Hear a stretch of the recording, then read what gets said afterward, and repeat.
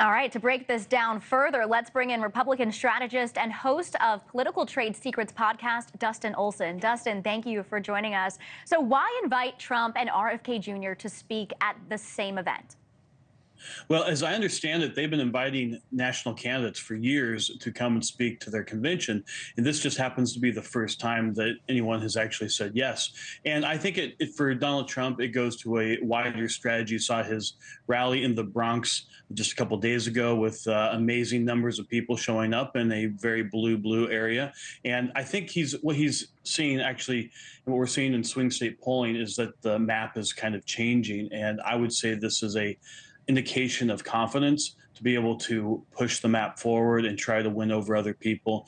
As a pollster, I've noticed over the last few months, not just in our polling, but in other people's polling, a consistent move within minorities and also within younger voters towards Donald Trump, which is not something I would have expected. A year ago, I would not have told you that was going to happen. But, Donald Trump and RFK Jr. are very different candidates than we normally see on the national level. So look, you have former President Trump, and if he's coming here and paying a bit more attention to RFK Jr., is this showing that his campaign is seeing RFK Jr. as a growing threat, as we're wondering which campaign RFK Jr. will take votes from and voters from? Yeah, that's an interesting question. It's really hard to gauge. This is really kind of an X factor when it comes to the national election. Where will RFK ultimately take more votes from?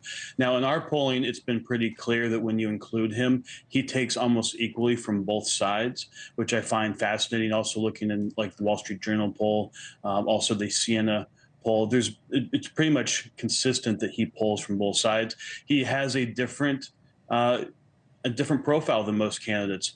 He's been very much against a lot of the activity that happened during the pandemic, but he also is a big government, green liberal. So that's a much different perspective. Now, we have worked for Donald Trump in the past, but we also former Congressman Dennis Kucinich, who is RFK Jr.'s previous campaign manager, is actually a former client of ours, and they even reached out to us. So RFK Jr. is doing a lot of interesting things.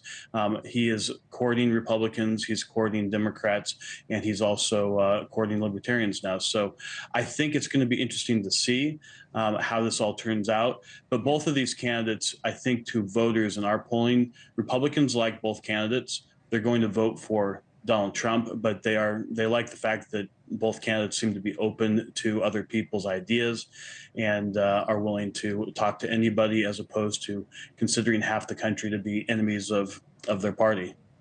It's so interesting because you're saying you're seeing that in your polling, and the way I take my polling is just talk to voters on the campaign trail. And when we talk with folks on the campaign trail over the last year, we heard from those who supported or have supported former President Trump that said they could see themselves voting for RFK Jr. if that point Trump wasn't the nominee for the Republican Party, and they would switch over to RFK Jr. I'm curious your thoughts on this and just kind of how he will be a wild card in this race over the next several months. Well, I think ultimately, when you get down to his positions and also his vice presidential pick, he's very much a traditional liberal, which there's nothing wrong with that. Actually, would love to see Democrats have more traditional liberals, but as we saw last summer, he was pushed out of the party. That's actually why his campaign had reached out to us, is they were having a hard time accessing the ballot when he was a Democrat. And that was something that we used to do, is petition access. And he ultimately had to leave the party because they had stopped him from being able to access the ballot, which is how he ended up with this independent run. He's very much a Democrat. He just has difference of opinions on different things.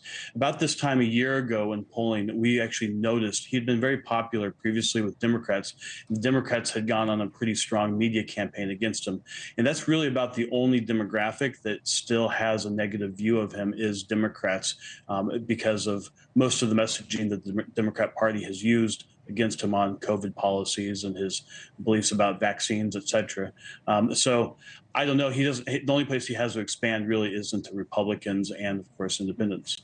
Hey, thank you for watching. Please go to newsnationnow.com, newsnationnow.com, and you can find News Nation on your television provider. And don't forget to click the red subscribe button down below. Then you will get more of News Nation's fact-driven coverage.